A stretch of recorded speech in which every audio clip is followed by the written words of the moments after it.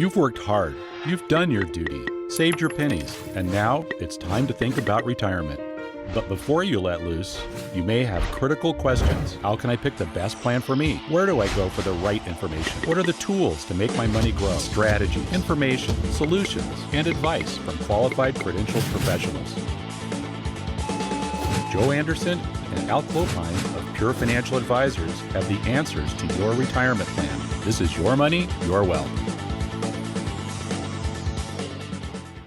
The strategies that you used to accumulate wealth to reach retirement has to change once you retire. Do you know why? Stick around because we are going to break through to talk about some things that you might not have thought about when it comes to retirement. Welcome to the show, folks. We're really excited today. My name is Joe Anderson. I'm a certified financial planner, president of Pure Financial Advisors. And of course, we couldn't do a show without him. He's Big Al Clopine. He is sitting right over there. He's very anxious. Told me he has the little butterflies today. He's so excited to talk about this new topic that we've never talked about before, ever, on this show. You know why you have to switch a strategy? Because it's the X factors. It's the X factors that will kill your overall retirement that you might not even heard of, right? It's talking about longevity, right? We're living a lot longer. There's good news and bad news with everything when it comes to retirement, and longevity is one of them. Great news is we're living a heck of a lot longer. The bad news is we're living a heck of a lot longer, right? So there's a lot of things that you have to consider to make sure that you have that wealth to make sure you can do the things that you want to do for the next 20, 30, in some cases 40 years. That is today's Financial Focus.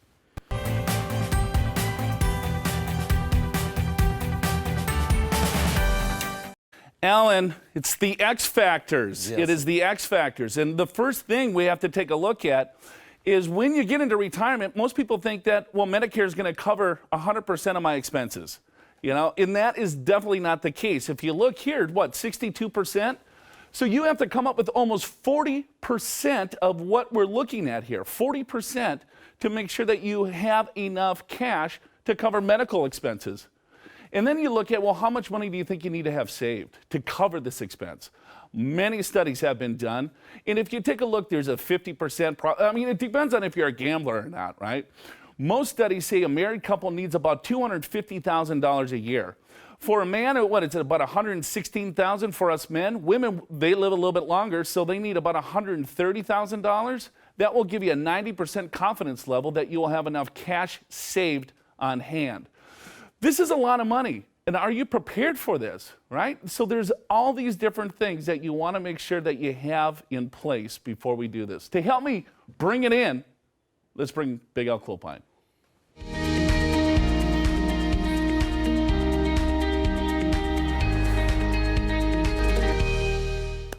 Hey, there you are, buddy. I made it. Hey, I was looking all over for you. You are right. I'm pretty excited. I've just sat down. Can't wait to do this show today. Yeah, I was like, where is he? Where is he? Come on. Where is he? I want to start getting into Medicare stuff. Is the show on? Yeah. Come on, there's lights and everything. I know. Sunday morning, right? Oh, boy. Anyway, Joseph, today is all about X factors. And it's, as you've said, Joe, it's one thing to retire and plan for retire. But there's a lot of things that could sort of mess things up to get in your way. And we talked about health care already. And of course, nobody knows exactly how much health care they're going to need. We can just go with the stats. But what Joe was talking about, saving a couple hundred, $250,000 for a married couple, that's kind of the average. Now, you don't necessarily need to have that all saved. You can fund that through Social Security. But that's one big thing. Another thing is forced retirement. This happens a lot more often than you might think. And when it does happen, what do you do about it? Social Security strategies. We see a lot of mistakes, a lot of missed opportunities in terms of collecting benefit strategies, so we're going to go over those today. Then we'll get into emotional investing. Have you ever made an investment with your emotions and made the wrong investment? We're going to talk about ways to try to change that for you.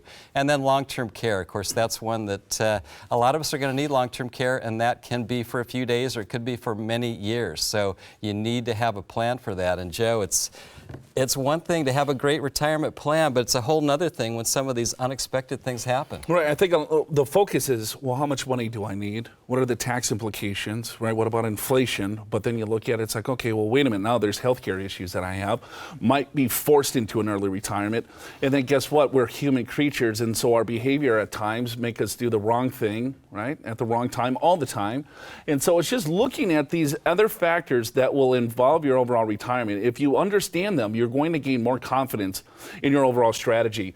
Now, if this stat doesn't encourage you to start saving, I don't know what does. But what? Almost 50% of people are forced into an early retirement, or 60% is the latest stat here. Yeah, and this is somewhat surprising. This is a study by Voya Financial a couple years ago, and the reason is because of health, job termination, caring for your spouse or parent, and in a lot of cases, maybe you're ready to continue to work, but something happens to a spouse or parent, and in other cases, the job passes you by, someone younger steps in and does the job better for you, and at less pay. Right, a lot of you out there is in this sandwich generation, and what that means is that you might have elderly parents that you might have to care for, or you have kids still on your payroll and you're stuck right there in the middle.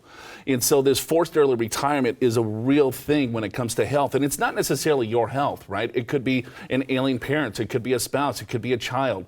So you want to make sure, hey, yeah, procrastination is so key here. It's like, all right, well, there's always tomorrow, there's always tomorrow. But guess what? Life happens, and if you're not prepared for these unexpected, things, then, that can definitely blow you up. Yeah, Joe, let's talk about strategies. If you find yourself in forced early retirement, what should you do? And number one is to put together a retirement income plan, and you might have to adjust what you've already looked at if you're retiring early. Evaluate what your needs are versus your wants. This is really important. If you have less savings and less income than you were expecting because you retired early, figure out what you really need versus what you actually want. Don't make rash decisions. Don't actually sell your home tomorrow, make decisions that you're going to regret later on. And then finally, explore alternative money-making options. And in many cases, maybe you're not going to work full-time, but there might be some part-time work or some consulting work. Little side hustle, Alan. Side hustle to keep yourself going driver, a little bit. Right? Well, there you go, right? Lyft, whatever you want to do. That's around. right. And I think, Joe, I want to go over what an income plan might look like. All right. Which this is what you got to look at. Early retirement, let's say, all right, what do I have in fixed income? Social Security and pensions. In this example, it's $20,000. Maybe yours is none, but in this example, $20,000. Distributions, look at all your savings account, including your retirement accounts. Maybe pull out about 3 or 4% out of that. In this case, that's $10,000. Alternative work, part-time work, maybe another $20,000. So in this example, generating $50,000. Then you look at your expenses. What's it going to take to keep the lights on, keep yourself fed? That might be $40,000. And then all the extra stuff in this example is $10,000. If you do this kind of plan, then you can weather the storm. And maybe you can continue in retirement long-term, or maybe you can find a new job. Either way, this will kind of weather that storm. Right. I mean, there's a lot of different things that we can do to get a couple of extra bucks, right? And I get it, right? If you're making $100,000 and you're going to a job that's making $20,000, but hey, it's a short-term fix, right, for a long-term retirement. Because if you start tapping into those assets way too early, right, and you start claiming your Social Security's, probably the wrong type of strategy there, that could really hurt you long-term. So you have to be prepared. Hey, when we got to take a break. When we get back, we have a very special guest, Jack Dugan. He's a certified financial planner, one of my oldest friends here in San Diego, length of term and also by age. So stick around. We'll get Jack on here momentarily. Good morning, everyone. Welcome to the show.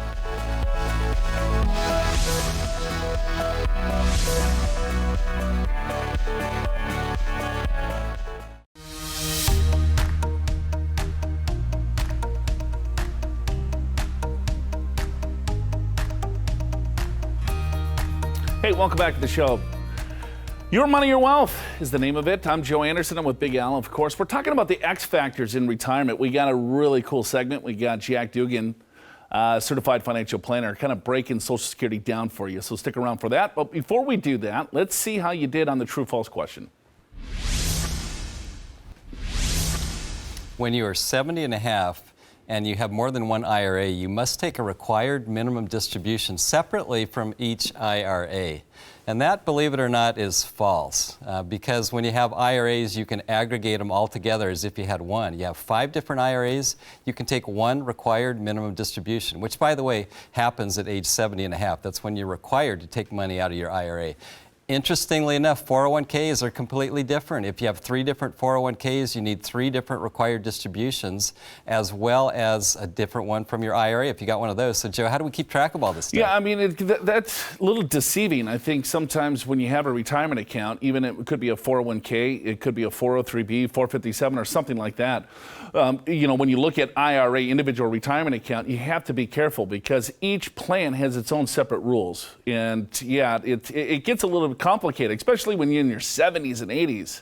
Because if you don't take the RMD out, it's a 50% tax penalty, 50. Well, that's the problem, Joe. And typically as you get older, does your memory get better or worse? Mine will. Yours will, of course. Yeah. But speaking of your big brain, I guess is what I'm trying to say. Look at the big brain on Big Al. We got Countdown for Retirement, Joe. This is where you answer a question that you have not heard. So this is just completely cold. Let's see how you do. All right, let's do it. Alan and Joe, I would like to know what the difference is between the disclaimer trust and the AB trust, because we're at the point where we need to decide which one we want to go with.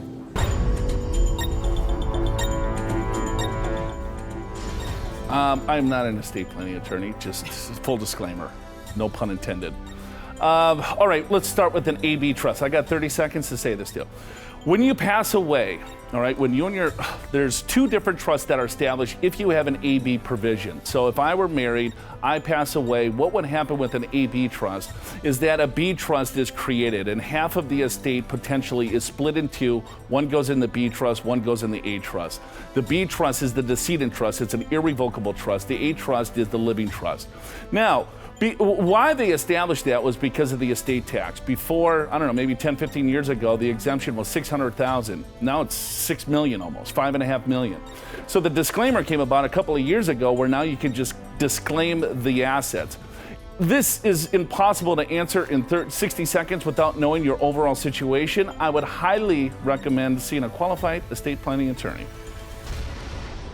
All right, that's pretty good, Joe. That's a very technical question now. A disclaimer trust, this gives the surviving spouse the opportunity to disclaim, meaning that you can actually do the AB provision if you want, but you don't have to. So well, it has to be drafted in the overall document to begin with. So then do they have the choice to do the AB provision or the split, or do they just disclaim it? And disclaiming means, all right, well, here, I don't necessarily need the assets. I would like to disclaim it. So, Yeah, and of course the AB provisions, there's a whole lot to that. It was originally for estate planning purposes, but also it's for asset protection, or if you have a husband and wife that have different kids, maybe second marriage, you might want that separate trust so that the survivor can't change the beneficiaries. So there's a lot of reasons, but I guess I want to change gears a little bit because Social Security, that's a huge X factor in retirement because there are a lot of decisions that you have to make with regards to when to claim your benefits, and if you're married, it gets even more complicated. And because of that, I've got my good buddy Jack Dugan, certified financial planner with Pure Financial Advisors. Welcome, my friend. Al, good to see you. So let's get right into it. Let's get into the basics, I guess, of claiming Social Security. Sure. What do we need to know? Well, this is probably going to be the first decision that somebody has to make in their retirement. And unfortunately, this is a lifelong decision because once you make it, generally speaking, there's no going back. So what you have to decide is, am I going to take it early? Am I going to take it at what they call my full retirement age? Or am I going to delay it? And I can delay it all the way till age 70. And each time I do that, I get an increase by letting it delay. Right, and so full retirement age right now is 66 years and 2 months. But you can take it as early as 62, right? You can. You're going to lose about 25% of what you had. So if you look at the chart that we have now, if you take it early and the example shows a $1,000 benefit at full retirement age, well, what I like to do is I like to look at it because somebody looks at that and they go, well, $750 or $1,000, it's only a couple $100 a month. It's not that big a deal. But then when you look at it and you go, well, wait, $750 is $9,000 a year, Or if I delay it all the way to age 70, I could be getting almost $16,000 a year. Right, so obviously waiting could be a good thing. Exactly. In terms of it sets you up further, for your retirement later. Right, now if you have health issues or something like that, that's something that you have to take into consideration yeah, and also. so I want to get into my next question is, what if you're single? What Okay. are some of what's the advice that you would give to a single person? Well, in same claiming? thing. I think the single person has to look at longevity, and they have to look at their health situation and say, okay, how long do I, what's my family history? Do I have, do I have longevity in my family? Because remember, what Social Security is, it's an annuity that's providing you for longevity risk. So the longer that you can delay it, the more money you're going to get, and probably the better situation that you're going to be in. And now that we're living a lot longer, that's usually a good thing, Absolutely. unless you need the money or you've got health issues. Cash flow is always going to determine when you need to take the money. So if I can delay it, I'd certainly like to delay it because I'm either getting a 6% or an 8% increase every year. But if I need the cash as far as the income, then I certainly want to take it. How about a married couple? How would your advice change? Married couple brings up an interesting situation because there's a couple of claiming strategies that you can do. One is that is the spousal benefit, and your spouse is eligible to claim 50% basically of your benefit. That is eligible for anybody, whether that spouse has worked or not. So a lot of people aren't familiar with that, and even though my spouse maybe perhaps never worked as a W-2 employee, never paid into Social Security, she is still eligible for getting half of my benefit. So what I always like to recommend is at least one person, whoever is the highest wage earner, delay it as long as possible. And the reason for that is because of the survivor benefit. Because when I die, the surviving spouse gets the higher of the two benefits. So we always like to have one person have the highest benefit possible. So that's good advice. So if you have two working spouses, the one with the higher benefit, you want to defer to age 70 if you can. If you can can. afford it. Yep. Because whoever survives the other one will get that higher benefit. Right. Yeah, that's great advice. Now what about this question? Because we get this all the time. Sure. Can I even count on Social Security? I mean, we hear all kinds of problems. What do you think? Yeah, I think that's probably the most frustrating question of all because anybody in this room could solve Social Security tomorrow. It's such an easy fix to do it, but apparently Congress is not interested in solving the problem, and they keep kicking it down the road. But even if they continue to kick it down the road, a couple of things that I always worry about, maybe my cost of living adjustments may be reduced. Maybe I won't get cost of living adjustments in the future. Maybe the benefit could be reduced. I kind of don't think that's going to happen, but I guess you certainly have to plan for everything, and I guess it's a possibility. Yeah, and it's, of course, as you said, I mean, this is something that can be fixed, but no one wants to do it because it's a political nightmare, right? Yeah, I mean, it's a certified financial planner's dream because we could solve this in a second for them. I mean, because all it is dealing with numbers. It's like we know who's retiring, we know who's in the workforce, so now can't we just figure this out? Right. Thanks so much, Jack, for My your pleasure. information, Mr. Expert on Social Security.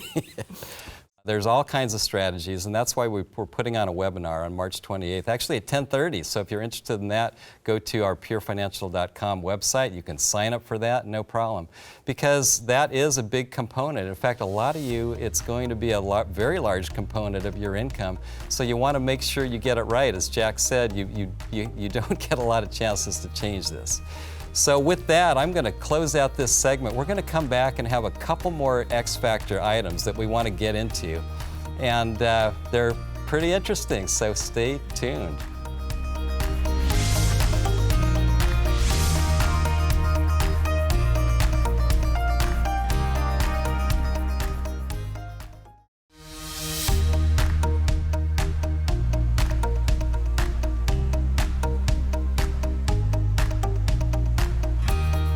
Hey, welcome back to the show. Show's called Your Money, Your Wealth. Joe Anderson, Big Al, hanging out this morning. I want to thank Jack Dugan for hanging out, talking Social Security. That's an inside joke. We're getting into the X Factors today. Got a couple more to go through, then we have some email questions. But before we do anything, we're going to see how you did on the True False. According to Dalbar Incorporated, during the past 2 decades, the S&P 500 index has received an average annual return that is higher than the average equity investor. What do you think, Joe? What do you think there, Big Al? I think the answer is yes. It's true.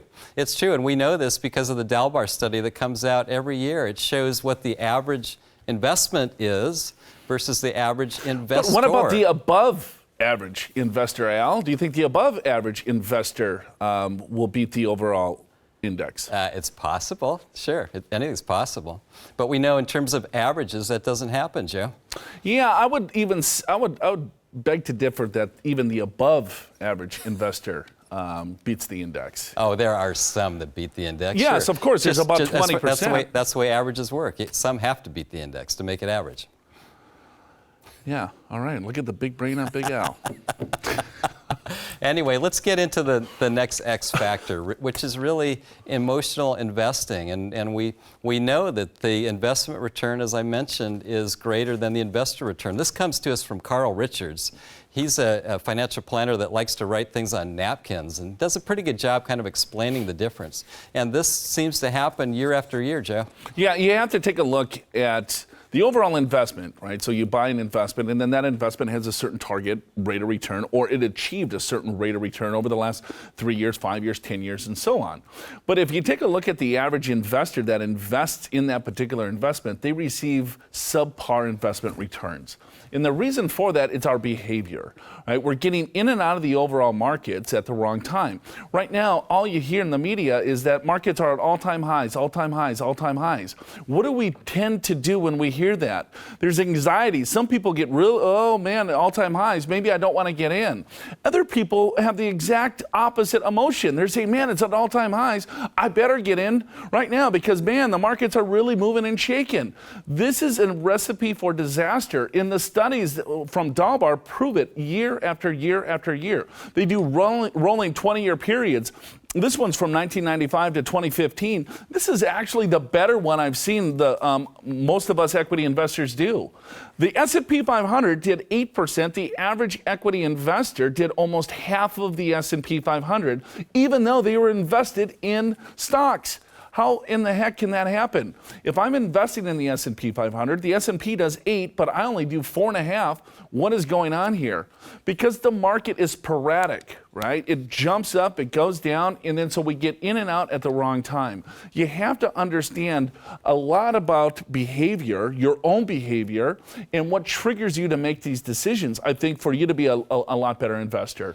Another thing that you have to look at is that, okay, we're losing money in the markets, even though that we're fully invested, but then another healthcare issue, long-term care. I mean, are you prepared for this? I mean, look at this statistic, Al. Yeah, and millions of Americans, Joe, age 65 and older, this is who will need long-term care. This is in the millions of dollars. So starting in 2010, it's almost 40 million people are going to need long-term care. In just 10 years, 2020, it's over 50 million. And the most important takeaway here is the yellow box is those that don't need it.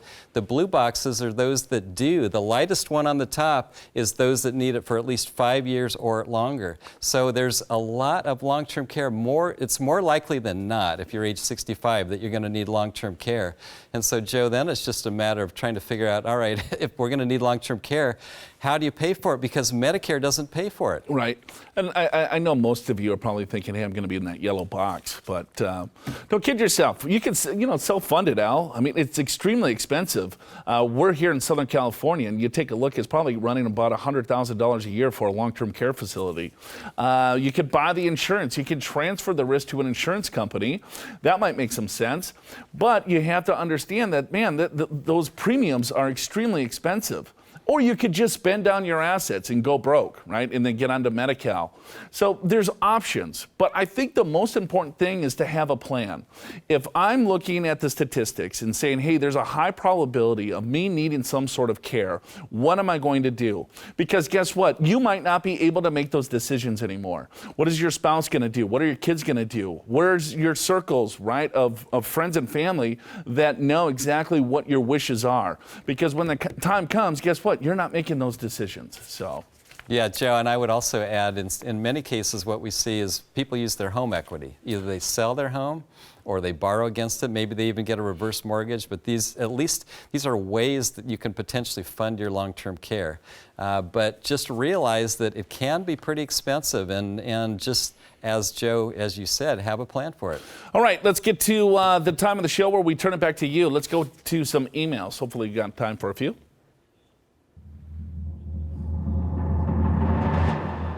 Okay, this is from Ryan in Carlsbad. My wife and I have retirement accounts with 7 different investment firms. Is there a benefit in consolidating the retirement funds, or is it better to spread the risk across different firm philosophies? Wow, that's, you know what, that's a question we get all the time. Joe, I'm going to let you answer that. You are the investment guru. We get that all the time, huh? We do. So if you look, I mean, 7 is kind of ridiculous here. That's a lot of people to keep track of. Some people think it's diversification, right? I have some money at Fidelity, I have some money at Charles Schwab, I have some money at TD Ameritrade, Merrill Lynch, Morgan Stanley. I'm going to spread it all out, and I'm going to test and see how everyone does. Usually what happens when you do that, it just adds significantly more cost. It adds significantly more overlap. And then it's very difficult to kind of figure out exactly what the true strategy is that you're trying to accomplish long term. What target rate of return are you looking for? Are you shooting for a 6% return? Are you shooting for 8? And then what are these managers or different firms doing? What are the costs and fees associated with it? How are you tax managing all of this? And then as you get older, now you got to keep track of 7 different statements as they come in to look at required minimum distributions and everything else. I'm not saying don't do it. I'm just saying I think that's a flawed strategy. I think it makes a lot more sense to really start with a planning up front to say, all right, well, what am I trying to do with the money that I have? Come up with a solid game plan, and then come up with an investment strategy that is going to help you get you to your goals in making sure that you take a look at that. So, but if you want to have 7 different accounts in 7 different places, it's your money. You can do what you want, but I think it might be a little bit flawed. So. Big Al, that's it for us today. I think you did a wonderful job. I think you are a guru of everything that you want to be in your life. And join us next week, right? Because what do we got? Roth IRAs next week. We do. Well, Roth IRAs. Our favorite. Our favorite. Hey, we'll see you then. Bye-bye.